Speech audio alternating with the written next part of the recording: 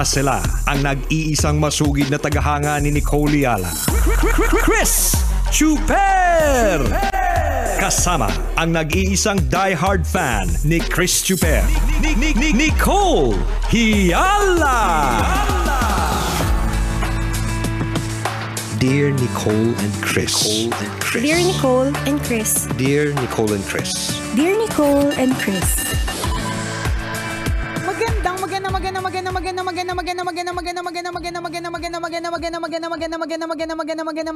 Magandang morning, Luzon, Visayas at Mindanao Metro and Mega Manila. It's a feel good Friday. Hi, partner! Hi, partner! Hi, mga kabisyo! At gusto lang namin magpasalamat ang tambalan po at lahat po ng mga programa dito sa Love Radio ay gustong magpasalamat po sa inyo dahil because ayon sa latest pinakahuli, mainit na Nielsen Mega Manila Ram Vehicle Survey. Ang 90.7 Love Radio Manila ay number 1. Tunay na number 1 sa mga sasakyan. Palain nyo yun. Thank you! Salamat sa mga kaibigan nating Chuper, di ba? Lahat ng nagmamaneho ng mga pampasaherong sasakyan, pribadong sasakyan, di ba? At nagpapasalamat kami kasi habang kayo po ay nagmamaneho, kami ang inyong pinakikinggan. Correct. Kami ang inyong kaibigan. Tama. Background music. True. Kami yung background background music, kung ano man ang tawag nyo sa amin. Thank you very much. Salamat ng marami. Ayan yung mainit-init na balita na gusto naming ibahagi po sa inyo. Number 1 tayo, mga kabisyo, sa mga sasakyan dito sa Mega Manila. Thank you! Salamat ng bonggang-bongga. Apakaraming dapat na ipagpasalamat. Diba? Totoo yun. Sa True Luluto lang halong Eklabu, yung wala kayong nararamdamang sakit, walang may sakit sa pamilya ninyo. Diba? Minsan nagreklamo tayo sa routine na schedule. Yung parang gigising na naman, magtatrabaho na naman, or gigising, aaral na naman, ito na naman yung subject, sas uuwi, tutulog, ganun. Nagreklamo tayo. Pero minsan yung routine na ganun, okay din kasi gusto mo babasag yung routine mo. Parte ng routine na yan, may pagdaan na sa ospital. Oo. So marang ganun. Nako, nakakatakot yun. Ang pangit, di ba? Isa lang ibig sabihin nun, may sakit ka. Merong may sakit, di ba? Hindi man ikaw, kundi yung family members mo, di ba? Totoo yun. Kung ano yung meron ka ngayon, which is good health, everyone is okay, ipagpasalamat mo talaga yan, di ba? Totoo yun. Minsan nagkakaroon lang tayo nakakaramdam lang tayo ng pagod kung bakit tayo parang nauumay sa ginagawa natin. Di ba? Lagi mong babalikan, yun nga yung sinasabi nila ng marami, lagi mong babalikan kung paano ka nagsimula. Yeah. Kasi pag binalikan mo kung paano ka nagsimula, kasi ito yung pinapangarap mo noon. Correct. Gusto diba? ko to Yun yung part ng simula mo Gusto ko mag-a-apply ako sa ganitong klase ng trabaho. Gusto ko yung kumpanya na yun. Nandyan ka na Nakapasok ka na, di ba? Pinapangarap mo lang to noon. Pero nandyan ka na, tapos pakakawalan mo. Diba? Tapos bigla kang mauumay. Aayawan mo. Diba? Sayang naman. Diba? So, yun yung sinasabi natin. Let's be grateful. Yes. Kung anong meron ka ngayon, kailangan mo yan ngayon. So, pahalagahan mo. Tama. True Luluto lang halong Eklabu. Yung isa nating tambalanisa, sabi niya, Dear Nicole and Chris, tambalanisa niyo po ako since 2007. Sobrang tagal ko na palang tambalanista. Grabe. Hindi ko talaga akalain na magtatagal ako ng pagmamahal sa isang radio segment ng ganito katagal. Grabe naman parang yung pagmamahal. Parang jowa. Oo, kajowaan diba? 2007, matagal na din talaga. Thank you very much po. Sabi niya, alam niyo po, natatakot po ako na natutuwa at the same time pag nababalitaan ko yung mga ka-high-tekan ng mga lugar. At ka-high-tekan ng mga, yun yung ginawa niyang, yung English term niya. Ka-high-tekan yan. Gets naman natin. Ka-high-tekan na, to the point na minsan, napapalitan na yung tao.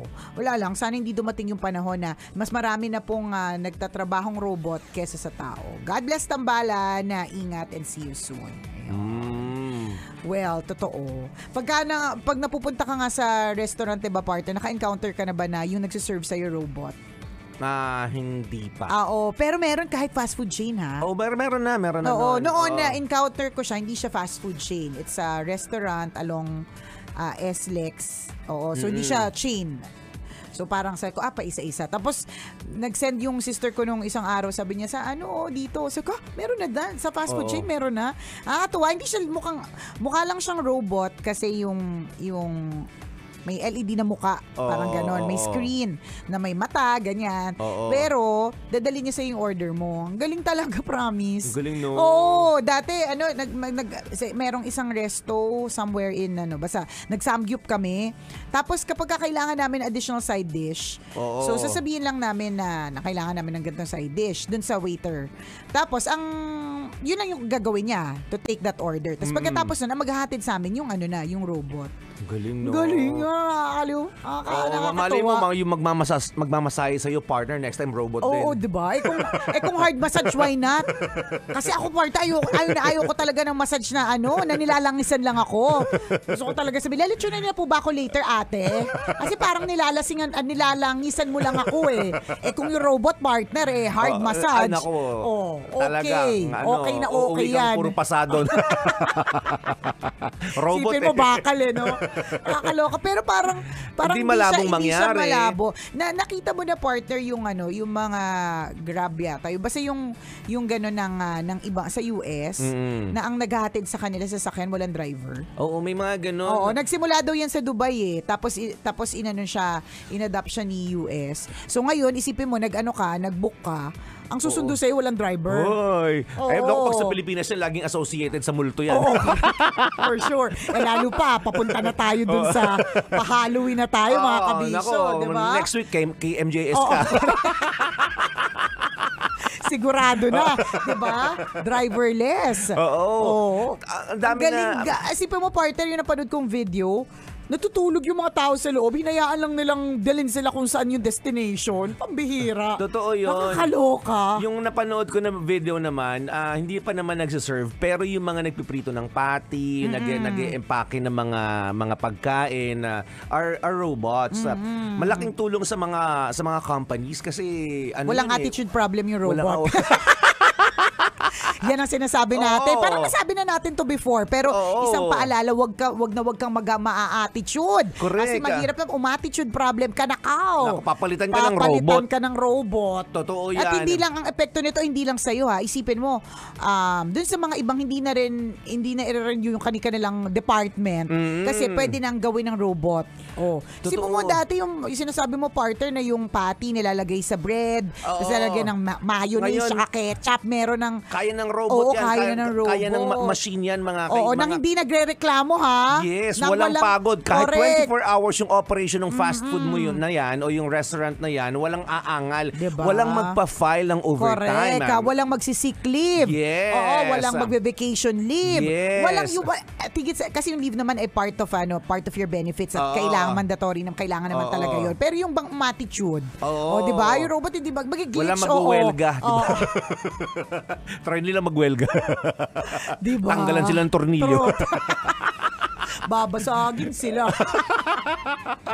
Diba? Totoo yun. And malaking tulong yun sa mga companies, lalong-lalo siguro sa mga manufacturing. Kasi kailangan nilang robot. Na mabibilis. Mas mabilis ang production, less cost. Correct. Kasi wala kang babayaran Walang magpa-file ng overtime. Diba? Walang kunyari na-hospitalize yung isang empleyado. Walang ganung Walang ganung problema. Totoo. Although may mga syempre yung hospitalization o yung pag-reboot or ano bang tawag? Maintenance ng mga makina o yung mga makina may ganong yun kakiba. Yung gastos. Pero hindi, unlike human, na everyday i-manage mo ng matindihan. Totoo, diba? Kailangan. Lagi may kaakibat na gastos yun At hindi lang yung sinasabi mo pag-manage, tatansyahin mo yung ugali. Tatansyahin mo yung mood. May mga ganun kang pagtatansya. Lahat ng concerns nila. Correct. Minsan Intindihin ibabato mo. sa'yo. Mga ganon. Yung mga robot, wala naman silang concern Program sila. Correct. Hindi sabihin, gutom po ako. Pwede po mag-break na. Magko-coffee lang. May LBM ako today. Tama, ganyan. Walang diba? ganon. Masakit yung ulo ko, hindi ako makakasama sa ganito. Walang ganon. Walang yung mga last minute na biglang hindi makakarating. Walang mga ganon. Totoo yun. Ano yan ang magiging problema lang dyan kapag yun nga may glitch.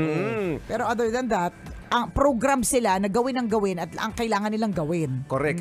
At ang bilis ng evolution mga kaibigan kasi parang nitong mga nakaraang buwan lang usapan ng mga classmates mo ako nung nasa business din. Sobrang pinagmamalaking feature ng website nila yung virtual reality. Okay. Na kapag nasa nasa real estate.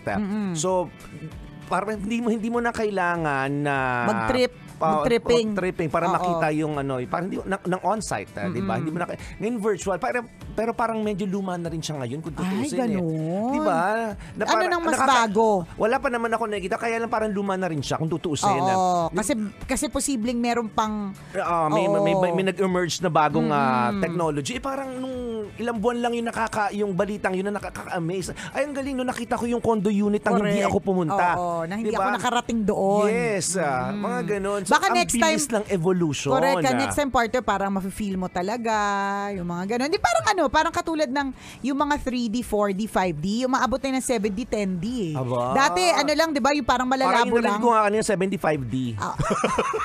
Parang yun, seat sa theater. Ay, yung ba? Nagkamali ako ng pagkakaintindi. Oo, katabi ng 75D. Seating capacity pala. Seating capacity yun. Okay. Kapatid ni 75D, si 75E. At saka Akala ko yun eh. may mali ka doon. Diba? So, yun, yung kung ikaw ay mahilig sa, kasi naumpisa mo sa virtual reality partner. So, kung ikaw ay mahilig sa mga ganun, yung mga VR, diba? Yes. Noon, siya parang 3D lang. So, ibig sabihin, nakita AI mo. na ngayon, yun yung latest. Ngayon, AI na. Tsaka talagang actual na, yun nga, kapag ka pumunta ka sa ibang mga amusement parks, yung kunyari, may water park kunyari yung napapanood mo. Literal na may magsasplash siya na tubig. Diba? O kaya pag may paapoy, may mararamdaman ka talagang init. Diba? May mga ganun. Totoo. So yung virtual reality, halimbawa, kung pumunta sa bahay ni Nicole, may magtutour sa'yo na nakaprogram eh. Galing. Diba na parang, pero ngayon dahil nga parang nag-evolve na AI, lahat ng tanong mo pwede niyang sagutin. Dalhin mo nga ako sa kisame ng bahay ni Nicole. Oo, tapos madadaling ka doon? Oo, may mga ganun, no? Galing, di ba? Oo. Totoo may ganun? Oo nga. AI yan, tingnan mo. Grabe. Yung mga tanong mo halimbawa, may mga inquiry ka sa mga website, AI ang sasagot sa iyo eh. Oo. Chatbot ba yun? Chatbot? Pa yun? Oo, chatbot. Oo. Yung ba yun? Hindi ko rin alam. Hindi ko rin po alam eh. Chat? Oo. Diba? Chachago, yung milk tea. Diba? Oo, minsan may nag-entertain sa iyo. Wala naman silang receptionist. Correct, totoo. Diba? Yung mga halimbawa, nagka-problema, pag nagka-problema ko kunyari sa isang network, so cable company. Diba meron silang mga app? Tapos yung app na yun ang sasagot is yung kanilang virtual kinemelapik. Correct, luma na po yung operator na sasagot. Diba? Pero iba pa din eh. Katulad nung nag-PM sa atin, gets ko siya na parang nakakatuwa na nakakalurky, na nakakatakot. Kasi, at saka hindi rin lahat ay market yun. Iba pa rin pag may nakausap kang tao. Diba, tingnan mo, kung bawa, meron kang complaint, tapos ang sumasagot sa'yo ay robot. Robot ang sumasagot sa'yo. So, depende sa tanong mo, yun yung masasagot siya. Nakaprogram eh. Pero eventually, kapag hindi niya pa rin masagot, ang sasabihin niya sa'yo, would you like to speak with our receptionist? Parang ganon. Meron ka na, gusto mo ba na meron makausap? Kasi may mga iba na gusto namin makausap talaga sila. Totoo. Oo, yung makakaramdam ng kanilang damdamin kasi yung mga robots wala silang feelings Programmed sila. Oo, pero yung mga AI, parang may emosyon nga din sila eh. Wala. Naku, huwag kang ganyan. Baka palitan na tayo. Wala silang emosyon. Hindi nila kayang gawin yung ginagawa natin. Shh, huwag ka maingay. Baka maisip-isip eh. Baka maisip-isip. Kasi mamimili ka ng tone halimbawa kung ano ba gusto mo medyo aggressive yung response niya sa'yo. Diba? Sa bagay si Alexa. Pero si Alexa partner, hindi naman siya galit. Pero pag halimbawa minura mo siya, yung parang niloloko mo siya, mumurahin mo siya. Hindi ba so nagmumura din siya pabalik? Hindi siya nagmumura pabalik. Hindi siya nagmumura pabalik. Pero sasabihin niya sa'yo na hindi maganda yung sinabi mo. Because they understand. Kasi program sila. Hindi naman sila nasaktan dahil doon. Kaya nga, kapag pinagtitripan namin si Alexa, as in talaga partner. Ay naku, dadalawin kayo ni Annabelle. Kadami ng pangalang involved. Kapatid ba ni Alexa yun? Si Annabelle, Pinsan ni Siri? Oo. Kaya nga sila nakagawa ng pelikula eh. Akong tanga. Akong naniwala. Akong uto-uto. Wow. Diba? Ang gulo natin kausap talaga everyday. Alam mo, partner, yung sinasabi mong ganyan, Oo. na-excite ako na i-share sa inyo soon. Oo. Merong, basta, may ganyang parang high-tech na way for Mayat de la Rosa Fine Jewelry. Ay, talaga? May ganon. Anong oo. gagawin? Ay, basta secret. Ino-launch pa lang surprise. Diba? Pero yun yung parang katulad siya ng sinabi mo na you actually need not to go to the tripping. Oo. Diba? Para ma-experience. Parang mga ganon. Siyempre, ayoko namang i-preempt. Diba? Pero Oo. kasi nagbumura yung necklace ko galing kay Mayat de la Rosa. Parang pinapaalala niya sa akin. Diba? Na may magandang balita na may magandang soon. balita soon. Diba? So, yung mga ganyan, yung mga parang, totoo? Kaya? Diba? Pwede, posible. Yung yun yung si Alexa nga. Yung speaker yan parang ganon. Kapatid, pinsan to ni Siri. Pinsan ni Siri, Oo, malayong kamag-anak kapatid ni Annabelle. Oo. Si Annabelle kasi nagkaroon ng trahedya sa buhay. Oo, correct. Kaya naging horror siya, di ba? Sorry pa, medyo malabo kami kausap, Friday na kasi. So yung yung eksena ng partner ng yung Alexa Siri, try nyo po. Pag minura at pinapatry ko sa inyo, murahin nyo po. Di ba? Pag pinatry mo, babalik siya. Sasabihin niya, I don't think that's a good kinematic. Ganon. Hindi naman po kinematic yung sinabi. Kaso English, hindi ko matandaan. Di ba? So, I don't think that's a good di ba? O kaya pag tinatanong mo siya kung ano nararamdaman niya o kaya yung mga gano'n. Minsan may sasabihin siya, minsan hindi niya masabi kung ano nararamdaman niya. Parang gano'n. Diba? Sasabihin niya na wala siyang damdamin tungkol doon. Ang galing! Paano yun?